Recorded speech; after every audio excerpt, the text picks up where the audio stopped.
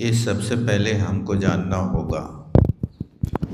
विद्यार्थी के 5 लक्षण होते हैं। कोई अपनी उम्र से तगाजा न करे कि मैं बूढ़ा हूँ या बच्चा हूँ। विद्यार्थी की कोई उम्र नहीं होती है। विद्यार्थी का अर्थ होता है विद्यायाः अर्थी इति विद्यार्थी।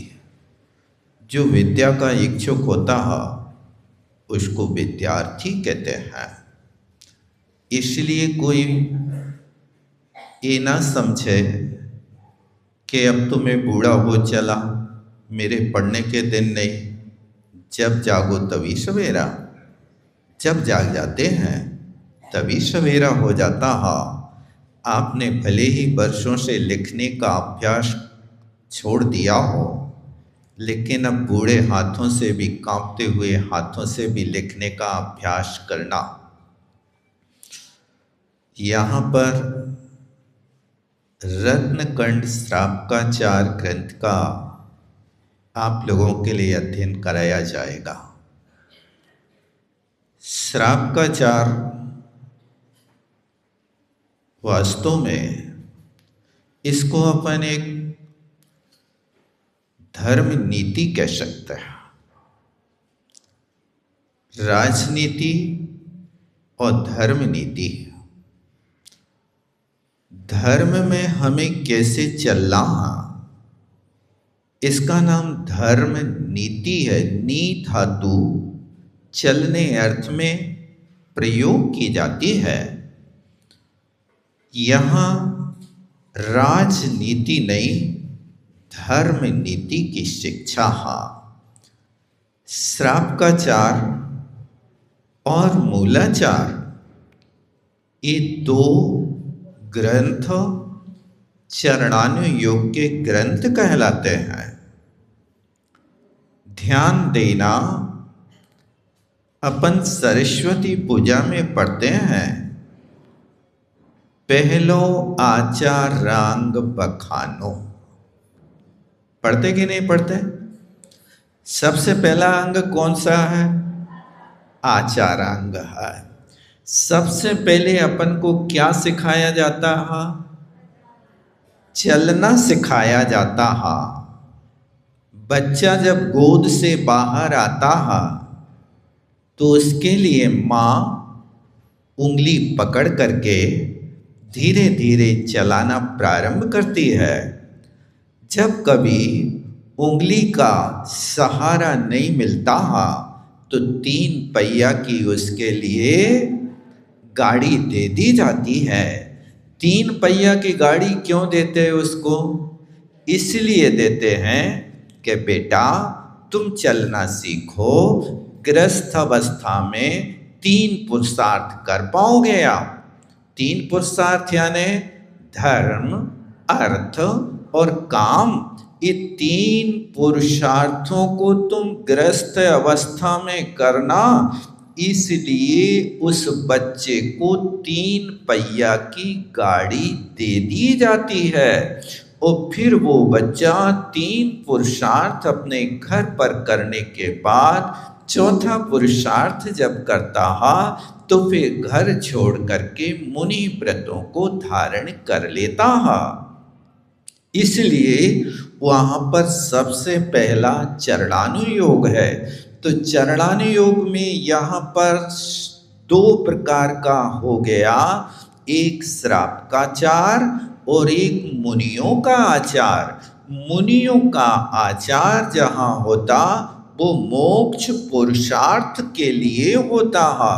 श्रावकाचार जो होता है उसमें श्रावक अपना जीवन कैसे निर्वाह करे, धर्म भी करे, कर्म भी करे।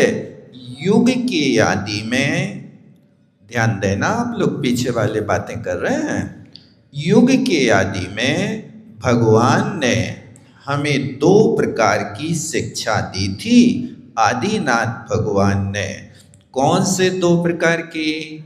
सबसे पहली शिक्षा कि हे श्रावक बंधु, तुम अपने जीवन का निर्वाह षट कर्म करके तो अपनी आजीविका चलाना और षड आवश्यक करके मोक्ष मार्ग चलाना। मालूम है आपको ना, आदिनाथ भगवान ने क्या दिया था आपके लिए?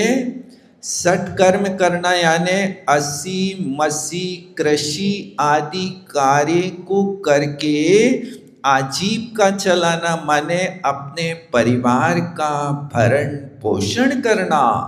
ये षट कर्म दिए और फिर षड आवश्यक भी दिए। षड आवश्यक कौन से? देव पूजा, गुरु उपासना, स्वाध्याय, संयम, तप, दान, गृहस्थानाम षट कर्माणि।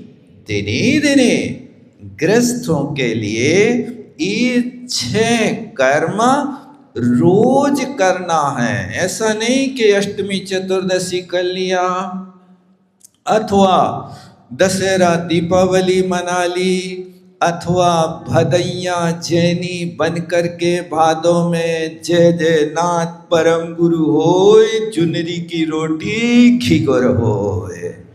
ऐसा नहीं, भदैया जैनी नहीं। अपन को कैसे जैनी बनना है? सदैया जैनी बनना है। सदैया माने सदा एक जैसा आचार करना। इसलिए कहा षट कर्माणि दिने दिने। दिने दिने माने प्रतिदिन षट कर्मों का पालन करना चाहिए। तो यहाँ पर आप मूलाचार का तो श्रवण नहीं करना, क्योंकि आपके लिए उस व्रतों का पालन नहीं करना।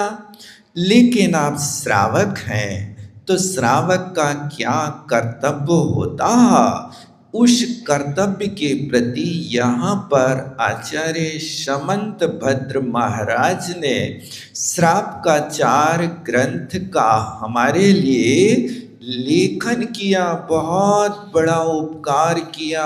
आज से 2000 वर्ष पहले आचार्य महाराज ने इस ग्रंथ को लिखा और नाम रखा रत्न करंड श्रावकाचार, यानी रत्नों को रखने का। करंड माने होता मंजूषा, पेटी। कौन के लिए? श्रावकों के लिए।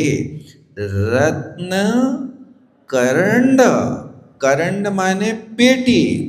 कौन से रत्न रखना है?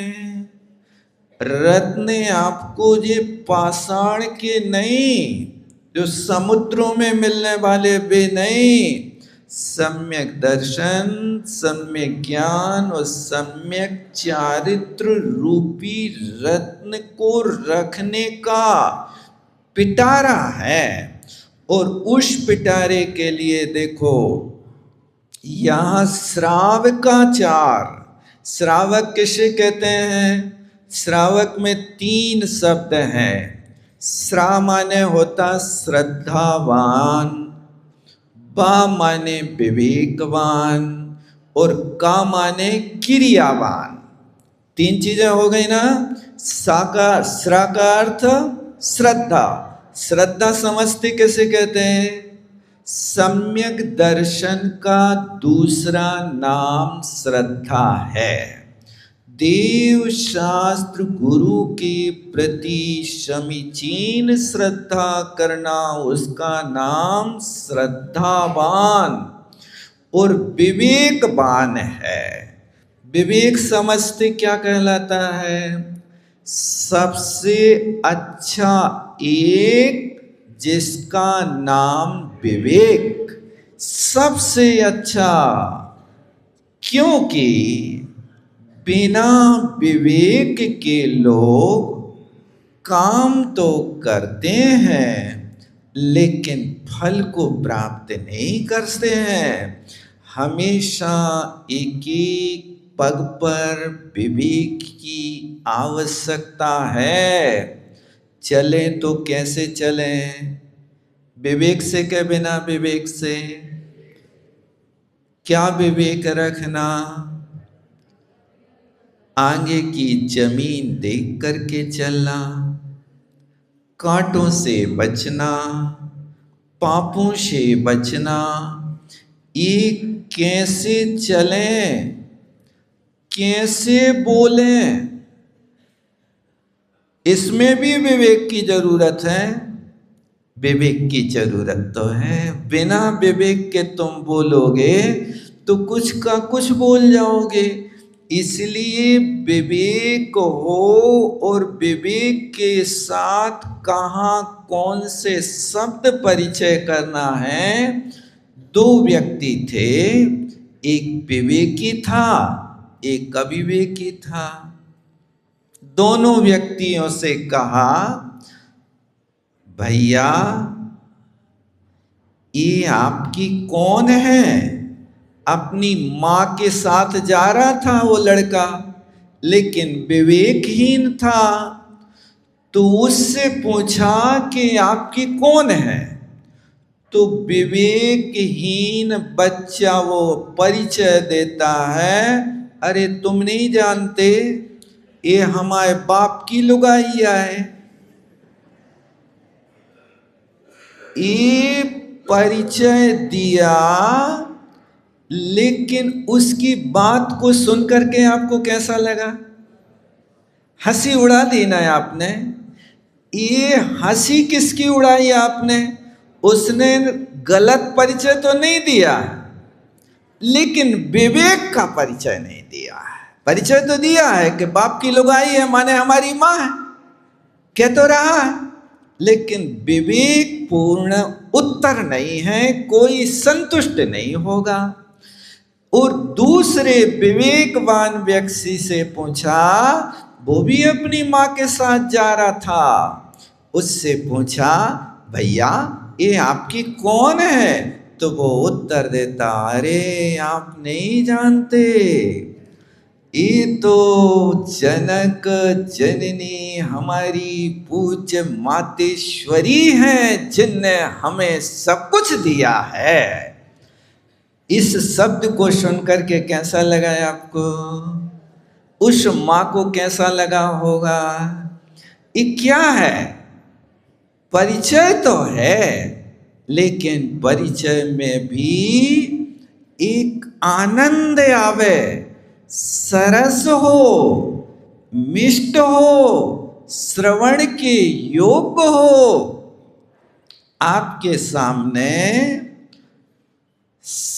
आटा रख दिया, मीठा रख दिया, घी रख दिया, अब आपसे कहा कि इस सामग्री से आप बनाओ, क्या बना सकते हो? क्या बनाओगे? आटा लिया, मोटी मोटी रोटी ठोक के रख दें, ले खा लो, घी चुपड़ लो, ऊपर से डाल लो।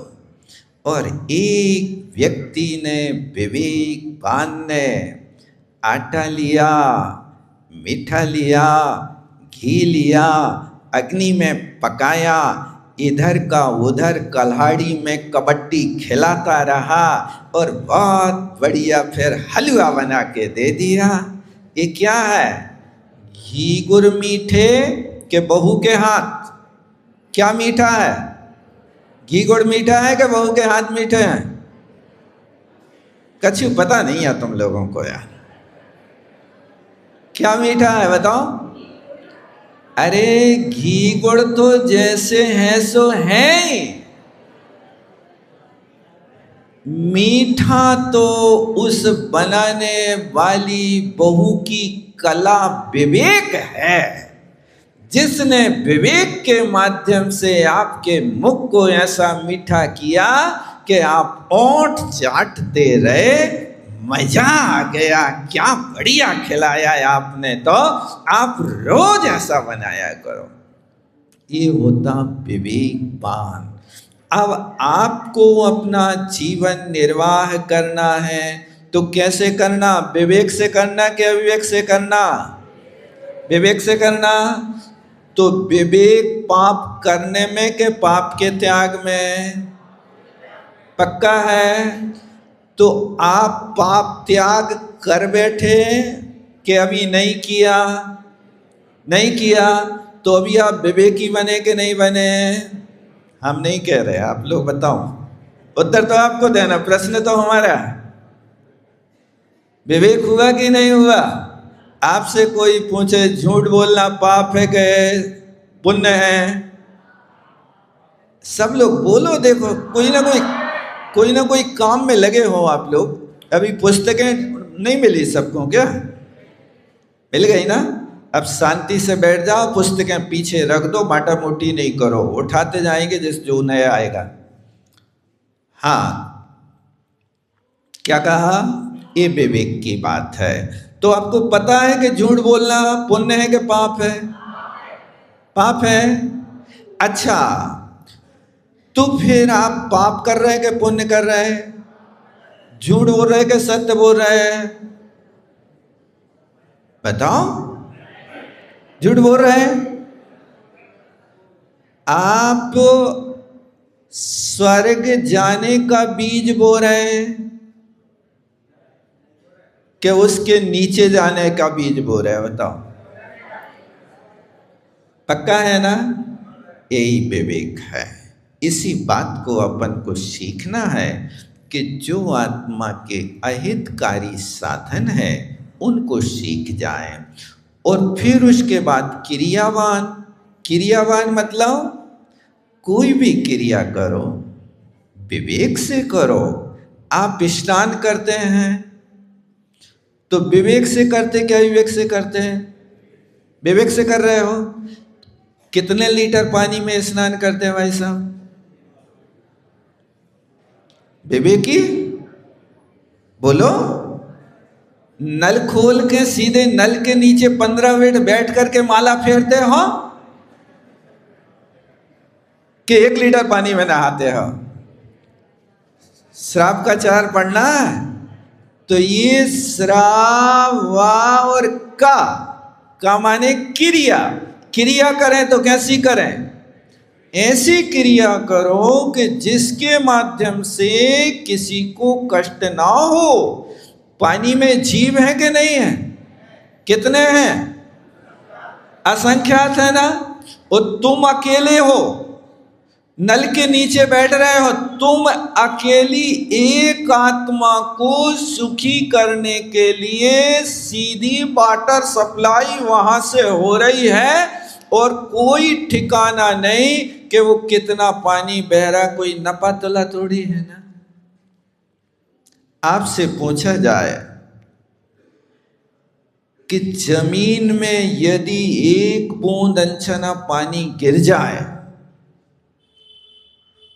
और जमीन में 1 बूंद शुद्ध 8 पहरा 2000 रुपया किलो का घी गिर जाए, 1 बूंद पानी गिरा है, 1 बूंद घी गिरा है। अब मैं पूछता हूं कि आप ईमानदारी से बताओ कि आपको घी गिरने का खेद होगा कि 1 बूंद पानी गिरने का खेद होगा? घी गिरने का। अब 1 बूंद घी गिरा है तो उसका कुछ उपयोग करोगे कि ऐसे ही झाड़ के फेंक दोगे? क्या करोगे? ईमानदारी से बताना, क्या करोगे? उपयोग करोगे, उठाओगे, कहां लगाओगे? मतलब जो घी तुम्हारी रसना खाने के योग्य नहीं रही, उस 1 बूंद जमीन में पड़े घी को तुमने माथे में चुपड़ दिया। पहले ही चुपड़ देते भाई साहब। अरे ये घी माथे में चुपड़ने का थोड़ी है, ये तो रोटी में चुपड़ने का बेश कीमती है। लेकिन जमीन में 1 बूंद घी गिरा, यदि 2000 रुपया किलो का भी है तो 1 ग्राम गिरा होगा तो कितने पैसे का हुआ भाई साहब? 2 रुपए का कि 20 रुपए? 2 रुपए का हुआ ना, 2 रुपए का।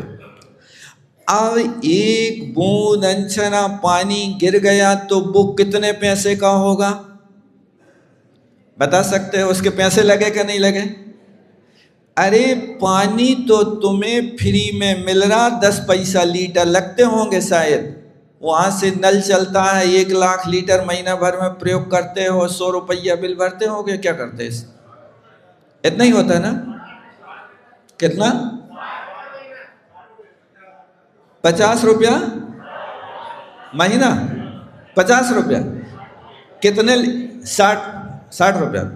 अच्छा, तो कितना लीटर पानी लेते 60 रुपया में? अनलिमिटेड। 1 लाख लीटर हो जाता होगा। यानी तुम्हारे यहां पानी की कीमत 5 पैसा लीटर भी नहीं बची। ठीक है ना? लेकिन पैसा नहीं लग रहा, लेकिन एक बूंद पानी में जीव कितने हैं पता है? 36,450 जीव तो वैज्ञानिक ने खोज लिए। वैज्ञानिक ने अपनी वहां तक पहुंच कर ली कि एक बूंद पानी में हजारों जीव हैं। लेकिन हमारे केवली भगवान कहते हैं एक बूंद जीव में असंख्याते जीव हैं, संख्या नहीं है। इतने जीव यदि तुमने अनछने पानी को बढ़िया वहां बाथरूम में बैठ करके और आधा घंटा 15 मिनट 10 मिनट बैठ करके और पानी बहा दिया और यहाँ आके मंदिर में पाठ कर लिया, जो पर को दुख दे सो उसे पतित मानो, ऐसा कुछ पढ़ते ना परे भावना, जो पर को दुख दे सुख माने उसे पावन माने कि पतित माने? पढ़ा कभी के नहीं पढ़ा? ना पढ़ा हो तो बारे भावना में पढ़ने ना मंगत राय जी की। उसमें लिखा कि जो पर को दुख दे। अब उन असंख्याते जीवों को तुम दुख दे रहे हो तो तुम क्रियावान हो के नहीं हो?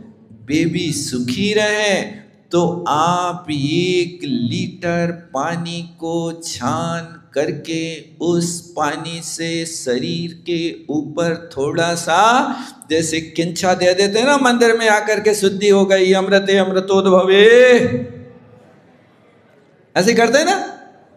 अब वो जैसे अमृत स्नान तुम मंदिर में कर रहे हो ऐसे घर में नहीं कर रहे, कोई बात नहीं, तो कम से कम आधा लीटर पानी में नहाने की आदत डालो, तब तो क्रियावान है। नहीं तो काहे की क्रियावान कहलाओगे।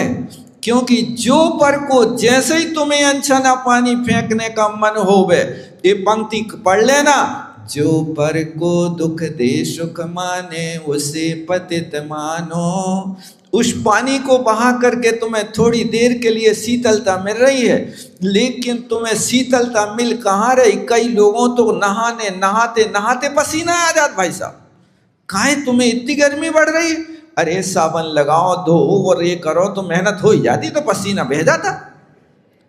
धन्य है, कितने जीवों को तुमने मौत के घाट उतारा और फिर अपने आप को कह रहे बहुत मजा आ गया। इसलिए ये नीति सीखना। तो श्रावकाचार में क्या सीखोगे आप? श्रद्धावान बनना। कैसी श्रद्धा करना? ऐसी मजबूत श्रद्धा रखना कि हमारे देव शास्त्र गुरु के अलावा और कोई हमारे लिए उपासक नहीं है। मजबूत श्रद्धा रखने वाला सम्यक दृष्टि होता है और विवेकवान। एक एक पग भी चलो तो विवेक पूर्वक चलो। एक वाक्य मुख से निकालने के पहले भीतर सोच लो। देखो आप लोग कपड़े तो नए नए पहनते हो, लेकिन विचार भी पुराने सड़े गले पुराने ढर्रे के रखते हो। अच्छे विचार तुम्हारे मुख में नहीं आते, अच्छे भाव नहीं आते, अच्छे शब्द नहीं आते हैं। इसलिए आप कपड़े बदलो या ना बदलो कोई बात नहीं, कपड़ों से कोई बिगाड़ नहीं होगा, लेकिन भावों को बहुत अच्छे बना करके रखो। परोसो तो बहुत प्यारे भावों से परोसो। यहाँ पर भोजन भी कराओ तो मैं पूछता हूँ, इतनी माताएं बहनें रोटी बनाती हैं, और रोटी बनाते समय आप लोग क्या पढ़ती हैं, क्या भुनाती हैं, क्या गालियाँ देती हैं कि नमोकार मंत्र की पुट एक एक रोटी में भरती हैं? क्या करते हैं बताओ आप? क्रियावान हो ना, विवेकवान हो। आप चाहें तो 1 घंटा रोटी बनाने में लगता है, 1 घंटे में कम से कम तुम्हारी 5 मालाएं हो जाएं। आप माला ना फेरो, नमोकार मंत्र पढ़ते रहो। 1 माला फेरने में 12 मिनट लगते हैं, 5 मालाएं 1 घंटे में हो गई। बढ़िया रोटी बनाओ, डमो हरिहंताणम डमो सिद्धाणम डमो। वो तुम्हारी डमोकार मंत्र से मंत्रित रोटी को जो भी खाएगा वो भी इंसान बन जाएगा और भगवान बन जाएगा। तुम रोटी तो बनाते हो, लेकिन रो रो करके बनाते हो। टी रो रो रो फिर बनेगी टी। टी माने दाल भात चावल, ये 3 बन जाएंगे। तो यहाँ पर तुम रो रो करके अपेक्षा उस भोजन को दवाई बना सकते हो। 5 मालाएं हो जाएंगी 1 घंटा में, जो भी खाएगा वो व्यक्ति इंसान बन जाएगा, अच्छे भाव होंगे, लड़ाई भिड़ाई खत्म हो जाएगी। एक काम तो करो आप, इसका नाम क्रियावान है। मुख से शब्द निकले तो ऐसे निकले। इसी तरह आप ये मत समझना कि रोटी तो इनको बनाना पड़ती है, हमें थोड़ी रोटी बनाना पड़ती है। नहीं भैया, तुम दुकान पे गप्पे मारते रहते हो, तुम वहाँ पर दुकान पे गप्पे हाँकने की अपेक्षा ग्राहक आए तो ऐसी कोशिश करो कि जैसे शांति सागर जी दीक्षा ले रहे थे, उनके पिता ने कहा कि बेटा जब तक मेरी सल्लेखना ना हो जाए तब तक तुम दीक्षा नहीं लेना। शांति सागर जी ने माता पिता की आज्ञा मान ली, घर में रहे 50 बरस तक। अब दुकान चलाते थे तो दुकान पे जाकर एक कोने में बैठ जाते थे। कपड़े की दुकान थी, वहाँ पैसों की पेटी रखी थी। ग्राहक आता था और उन 7 घोड़ा से कहता, मुझे एक कपड़ा भैया जो तुम्हें पसंद हो ले लो, उस पर रेट लिखा है, उस रेट का उतने मीटर कपड़ा लेकर के पैसा गोलक में डाल दो, हम तो स्वाध्याय कर रहे हैं। देखा कभी उनको? पढ़ो उनकी जीवनी।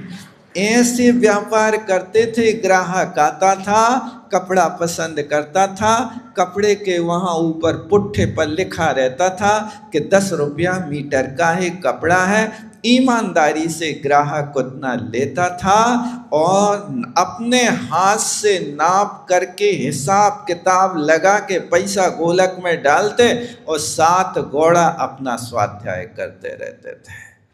ये जीवन होता है उनका। खेत में रखवाली करवे जाते थे तो वहाँ देखो खेत में बैठते थे, अपना स्वाध्याय करते थे। पक्षी आके बैठ जाए तो एक चटकोरी भी नहीं बजाते थे। देखा कि पक्षी अनाज तो खा लेते बेचारे हैं, अब इनको पानी की व्यवस्था नहीं। दूसरे दिन से उनने पानी के घड़ा भर के रख दिया पूरे खेत में, यही भोजन करो, यही पानी पियो और बढ़िया आराम से अपना जीवन जियो। पड़ोसी लोग कहते थे कि 7 घोड़ा तुम तो लुटवा भी फिर रहे हो, ऐसा भी कहते थे। लेकिन जब फसल आती थी 7 घोड़ा की तो सब किसानों से 3 गुनी ज़्यादा आती थी।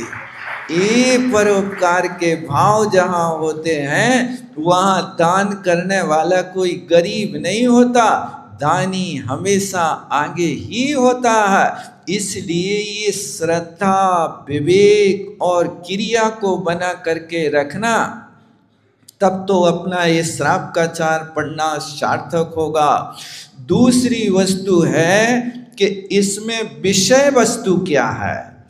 विषय श्रावकाचार, रत्नकंड श्रावकाचार में यहाँ श्रावकों के 12 व्रतों का वर्णन है। 12 व्रत कौन से हैं? 5 अणुव्रत, 3 गुण व्रत और 4 शिक्षा व्रत। ऐसे 12 व्रतों का वर्णन इसमें किया गया है। बहुत प्यारा वर्णन है। 12 व्रतों का वर्णन 5 अधिकार में किया गया।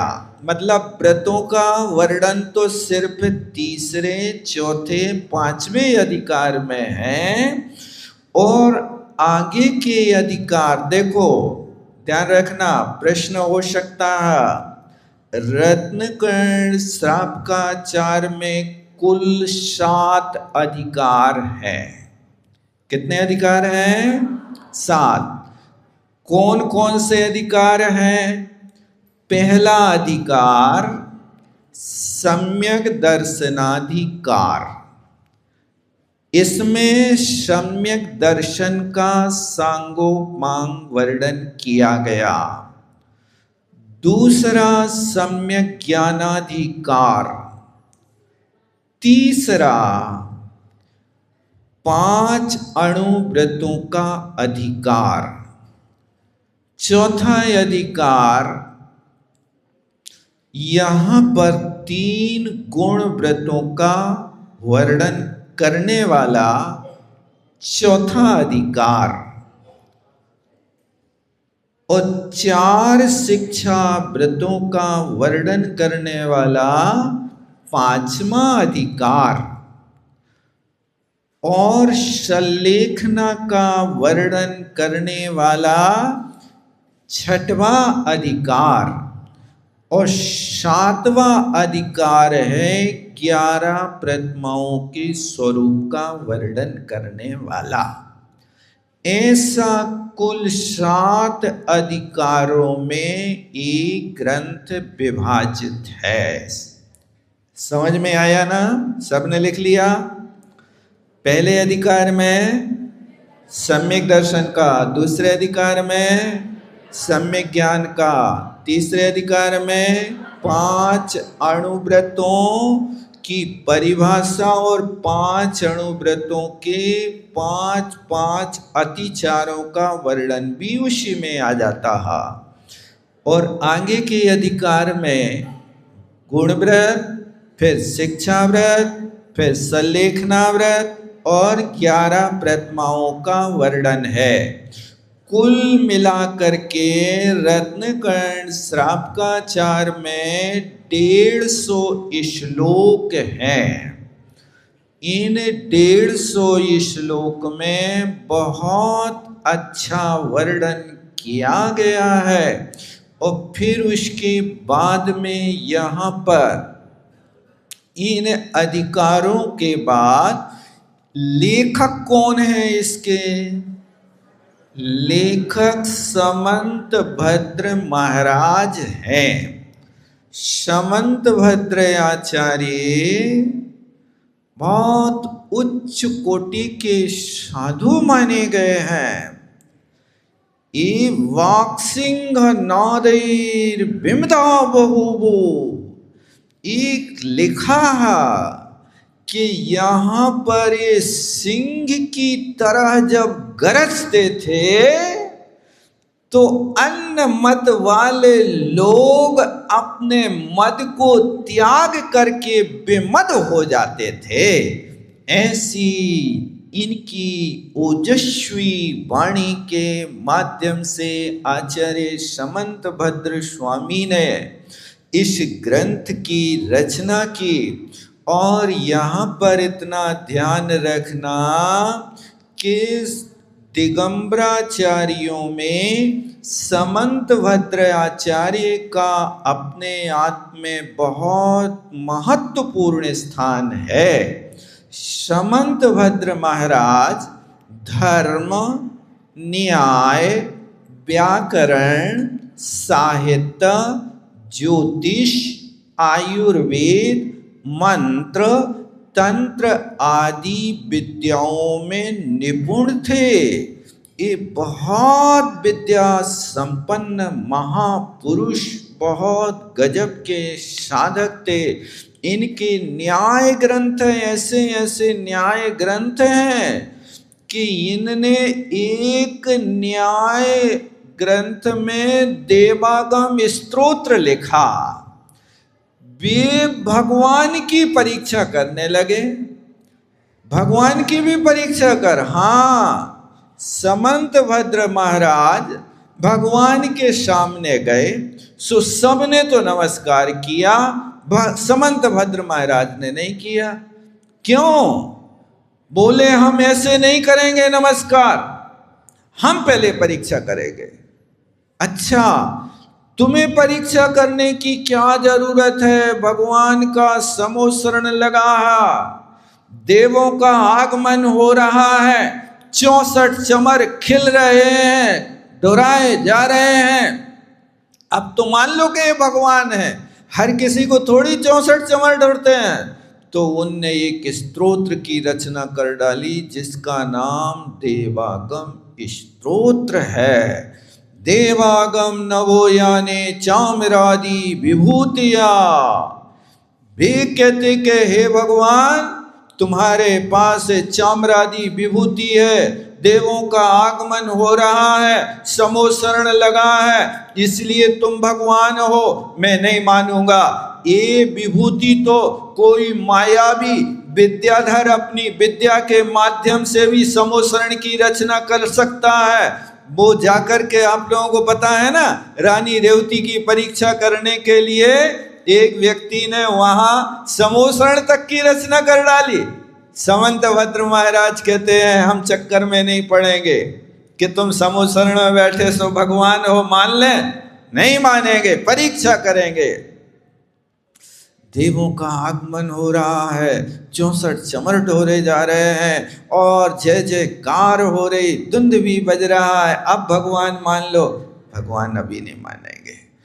इस तरह से वहां पर फिर भगवान कहते अच्छा तुम्हें कौन सी परीक्षा करना? तो वे कहते हैं कि अंतर मलक क्षय हेतु कारणम आवरणियो अभावा। आपकी यदि ज्ञानावरणी, दर्शनावरणी आदि कर्म का क्षय होगा तब तो हम मानेंगे कि तुम सर्वज्ञ हो, और यदि ये नहीं है तो आप हमारी दृष्टि में देव नहीं हो। ऐसी उनने उसकी परीक्षा की। ऐसे समंतभद्र स्वामी ने बहुत गजब का जैन शासन का डंका बजाया। लेकिन कालांतर में एक घटना घटी के समंतभद्र महाराज को भस्मक व्याधि हो गई। गुरु के पास जाकर के वे निवेदन करते, भगवान हमें सल्लेखना दे दो। गुरु ने कहा कि अभी तुम्हें धर्म की प्रभावना करना है, इसलिए अभी सल्लेखना नहीं तो अपना रोग ठीक करो। तो वे अपना वेश बदल लेते हैं और बनारस में जाकर के वहाँ शिवकोटी राजा के यहाँ शंकर जी की पिंडी थी। उस पिंडी के यहाँ टनों टन चढ़ावा चढ़ता था। वे जितना खाते थे सब भस्म हो जाता था। तो वो सारा का सारा चढ़ावा वे वहाँ जाके खाने लगे। अब जब भस्मक व्याधि खत्म हो गई तब उसके बाद में वो चढ़ावा बचने लगा। राजा ने ऑब्जेक्शन लिया कि अब क्यों नहीं तुम भगवान को पूरा खिला रहे हो। छिप करके उनकी खोज की तो वे उस पिंडी पे चढ़ करके बैठ करके और बढ़िया भोग करते थे, पकड़े गए। तब राजा के सामने ये बात रखी तो राजा ने कहा कि तुम हमारी पिंडी को नमस्कार करो, तुम अपना पूरा परिचय दो, तुम कौन हो। तब समंतभद्र स्वामी अपना परिचय देते हैं कि मैं कौन हूँ, तुम सुन लो। मैं कांची में मलिन वेशधारी दिगंबर रहा, यानी मैंने कहाँ कहाँ क्या क्या काम किया ये छिपाया नहीं। मलिन वेशधारी माने दिगंबर तो रहा, लेकिन दिगंबर होकर के भी मैंने भाव लिंग को प्राप्त नहीं किया, इसलिए उनने लिखा मलिन वेशधारी। फिर लाम्बुश नगर में पांडु वस्त्र धारण करके मैं वर्षों वहाँ काम करता रहा। फिर पौंडरपुर में जाकर के बौद्ध भिक्षु बना। फिर दशपुर नगर में बढ़िया मिष्ट भोजन पाने के लिए वेश धारण किया, सन्यासी बना। फिर वाराणसी में जाकर के श्वेत वस्त्रधारी तपस्वी बना। अब मैं आपके सामने आकर के यहाँ समंत भद्र हूँ और अब यहाँ आपके सामने खड़ा हूं। तो राजा कहता तुम इनको नमस्कार करो। बोले हमारे नमस्कार को तुम्हारे देवता नहीं झेल पाएंगे। कैसे नहीं झेल पाएंगे? तुम्हें नमस्कार करना पड़ेगा। महाकवि थे, राजा के आग्रह से उनने कहा ठीक है, अब आप देख लेना अपने देवता को बचाना। और उनने अपना एकाग्र मन करके आसन मार के और भगवान की स्तुति की। उस स्वयंभू स्तोत्र की रचना कर डाली। उस स्वयंभू स्तोत्र की रचना करते 8वें चंदा प्रभु भगवान की स्तुति करते हैं। और वहाँ 8वें चंदा प्रभु की स्तुति करते ही वो पिंडी फट करके 2 हो गई और उसमें से चंदा प्रभु भगवान प्रकट हो गए। जय हो चंदा प्रभु भगवान की जय। उस समय की वो व्यवस्था आज तक आप देखो, बनारस में फटे महादेव के नाम से सारनाथ में आज भी वो रखे हैं और चंदा प्रभु भगवान आज भी जय जयकार हो रही है। जब इस चमत्कार को देखा, ओहो सच्चे श्रद्धानी सम्यक दृष्टि विवेकवान हैं, तो वो काशी नरेश 100 कोटि राजा समंत भद्र भगवान के चरणों में समर्पित होकर के कहता भगवान मुझे तार दो। और वो जाकर के जब समर्पण करता है तो समंत भद्र महाराज ने उसको मुनि दीक्षा दे दी। और मुनि दीक्षा दे करके वो शिव कोटि आर्य बने, वे भी बड़े महाज्ञानी बने। अभी उनकी भगवती आराधना का स्वाध्याय रोज चलता है। वे शिव कोटि आचार्य हैं। ये अपने ग्रंथ का तो यहाँ तक परिचय हुआ। अब समय तो हो रहा है और मंगलाचरण अभी सिर्फ भूमिका बनाई है। आप घबराना नहीं, विषय अपन कल करेंगे। आगे की क्लास का समय हो रहा है, यहीं विराम लेता हूँ। प्रारंभ कल से करेंगे।